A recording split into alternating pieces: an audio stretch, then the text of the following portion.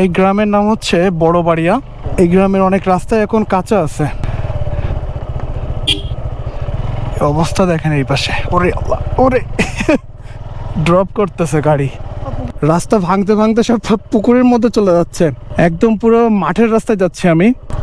গ্রামীণ পরিবেশের একটা সৌন্দর্য কিন্তু একদম পুরো ডিফারেন্ট। এখানকার সবচেয়ে ভালো লাগার জিনিসটা কি জানেন? এই যে খেজুর গাছগুলা। আমি কালকে রাতের বেলাও খেজুর গাছ থেকে রস খাইছি। তারপর এই যে এখন এই যে গ্রামীণ একটা ভাইব পরিবেশ এখানে খুব ভালোভাবেই আর কি বোঝা যাচ্ছে। আর এমন সুন্দর মেঠো পথে অনেক দিনই হাঁটা হয় না। এইদিকে সব খেজুর গাছ, কিন্তু খেজুর গাছ, কুলের বাগান।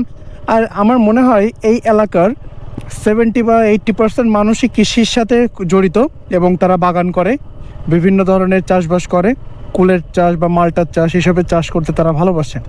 ইভেন আমার দুলাভাইও এটাই করে। দেখেন এখান দিয়ে পানি যাচ্ছে, দারুণ সিস্টেম করছে।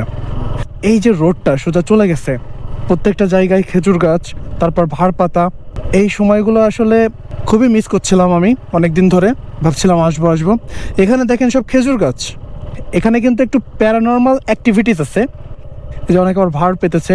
এই ওলা রস দিয়ে যে গুড়গুলো তৈরি হয় সেই গুড়ের কিন্তু দাম একটু কম, মানে যদি 400 টাকা 500 টাকা কেজি হয় তাহলে 100 টাকা সবসময় কম হয়। এখানে কিছু তাল গাছ আছে।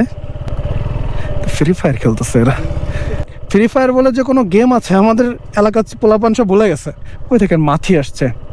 এই যে খেজুর গাছের যারা রস পাওয়ার জন্য কাটে খেজুর গাছ, এই কাটা কিন্তু আসলে চারটেখানিক কথা না।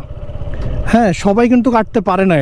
এটা একটা কাটার নিয়ম আছে, যেটা আজকে সকালেই দুলাভাই আমাকে বলছিল যে এটার একটা সুন্দর নিয়ম আছে।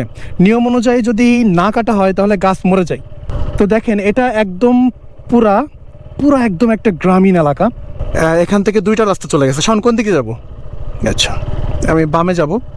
এখানে লোকও তেমন কম। এদিকে সব কুলের বাগান। এটা এখনো বড় বাড়িয়ার ভিতরেই আমরা। তো চারিপাশে জাল দিয়ে কিন্তু ঘেরা, যাতে পাখি বা অন্য কেউ ঢুকতে না পারে। আচ্ছা, বুকে হাত দিয়ে বলেন তো, এরকম মেঠো পথে আপনি ঠিক কবে হেঁটেছেন? মনে পড়ে কি আপনার? এসব এলাকাগুলো আসলে অনেক উন্নত এলাকার থেকেও হাজার গুণ শান্তি এবং ভালোবাসাপূর্ণ। আমি কিন্তু লুঙ্গি পরে আছি। হ্যাঁ, লুঙ্গি পরে ঘুরে বেড়াইতেছি, ভালোই লাগতেছে। আর এ দেখেন সব ভাড় পাতা আছে। এগুলোকে উলা রস বলে। একটা হচ্ছে তাজা রস, যেটা সকালে ঝেড়ে নেওয়া হয়ে যায়। রসটা ঝেড়ে নেওয়ার পরে যে ভাড়টা পেতে রাখা হয়, এটা হচ্ছে উলা রসের জন্য, যে রস দিয়ে গুড় তৈরি করা হয়। কিন্তু আসলে এই গুড়টার একটু দাম কম। হ্যাঁ, পাতলা গুড় হয় যেটা দিয়ে। এদিকে দেখেন মাঠে সবাই মোটামুটি কাজ করছে। এতটা ভালো লাগছে, একটু অন্যরকম ফিল পাচ্ছি আমি এখানে। আপনাদের কেমন লাগছে একটু বলেন তো। আর দেখেন ওই যে একটা চাচা, দেখেন কি নিয়ে আসতেছে, ছাগল নিয়ে আসতেছে। আমি বললাম না, এখানে অধিকাংশ মানুষই কৃষির সাথে জড়িত।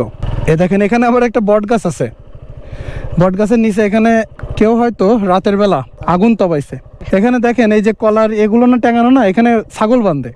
ওই দেখেন দূরে কৃষক ভাইয়েরা কাজ করছে।